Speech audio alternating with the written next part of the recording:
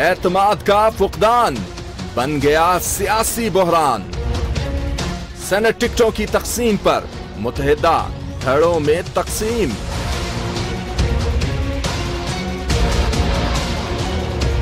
امریکی سینٹ میں پاکستان کی امداد روکنے کے لیے بل پر بحث چھڑ گئی۔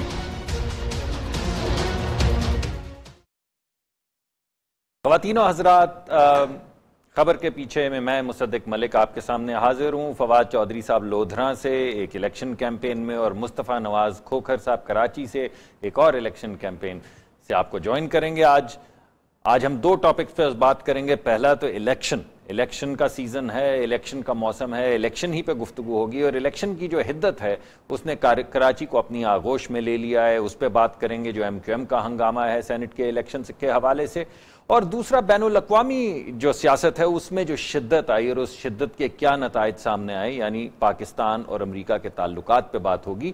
ان دونوں ٹاپکس پہ آج ہم ہمارے مبصرین تبصرہ کریں گے۔ ہمارے ساتھ رہیے گا، ہم چند لمحوں میں آپ کے پاس حاضر ہوتے ہیں۔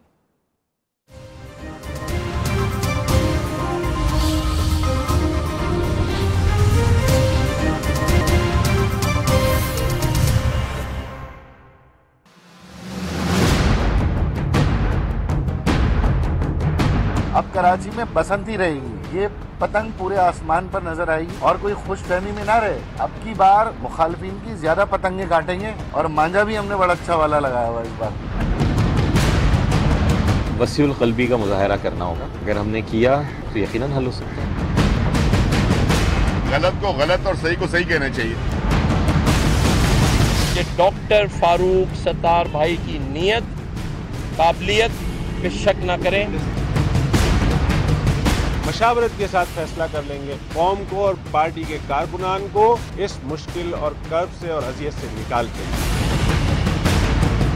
متحدہ قومی موومنٹ پاکستان کل بھی ایک تھی، آج بھی ایک ہی ہے، اور آئندہ بھی ایک ہی ہوگی۔ واپس آنے کا بہت بہت شکریہ خواتین و حضرات۔ یہ جو لفظ جمہوریت ہے، جسے ڈیموکریسی کہتے ہیں، اگر اس کا آپ لیٹن اوریجن ڈھونڈیں تو اس کا مطلب نکلتا ہے law of the mob. Law of the mob یعنی ہجوم کی آواز۔ تو ہجوم کی آواز جو ہے اس میں کی شدت میں اضافہ ہو جاتا ہے جب الیکشن کا موسم آتا ہے، اور آج کل تو ہر طرف الیکشن ہو رہی ہے۔ ابھی وقتی طور پہ سینٹ کے الیکشن، اور بالکل ان کے فوراً بعد جو اصل الیکشن کی ہیٹ ہے وہ بھی بڑھ چڑھ کے بولے گی۔ مگر اس وقت الیکشن کی سب سے زیادہ جو حدت ہے وہ کراچی میں فیل کی جا رہی ہے۔ MQM کا پہلے PSP کے ساتھ جو معاملہ چلتا رہا وہ سب آپ کے سامنے ہے، اور بے شمار چیزیں آپ کے سامنے آئیں، اور اب MQM کے اندر دو دھڑے جو ہیں وہ بن چکے ہیں۔ ایک ان کے چیئرمین یعنی ان کے جو رہنما ہیں فاروق ستار صاحب کا دھڑا، اور دوسرا دھڑا جو ہے وہ ان کی رابطہ کمیٹی کا ہے۔ اور خیال یہ تھا کہ اس نوائزی پروسیس سے نکل کے، جمہوریت کے پروسیس سے نکل کے تقویت ملے گی پارٹی کو، اور یہ مل جل کے بیٹھیں گے، آپس میں بات چیت کے ذریعے معاملات طے کر لیں گے اور ایک ہی پینل سینٹ کا پیش کریں گے۔ مگر ایسا ہوتا نظر نہیں آیا۔ وہ دو دھڑے ایک دوسرے سے کیا بات کر رہے ہیں، ذرا یہ خاکہ دیکھیے، اس کے بعد باقی گفتگو کرتے ہیں۔ سب روز ہم سب لگے رہے کہ معاملات کسی کروٹ بیٹھ جائیں، ابھی تک نہیں بیٹھ پائے، بہت قریب آ گئے تھے کل رات تک۔ ڈاکٹر فاروق ستار بھائی جو بھی حکم کریں گے، اگر وہ دستبرداری کا کہیں گے تو 1 منٹ سے پہلے دستبرداری ہو جائے۔ عامر بھائی اور ساتھی انتظار کر رہے تھے میرا، لیکن میں نے یہ کہا تھا کہ ہم فارم جمع کرا دیتے ہیں، آپ بھی کرا دیں، ہم بھی کرا دیں۔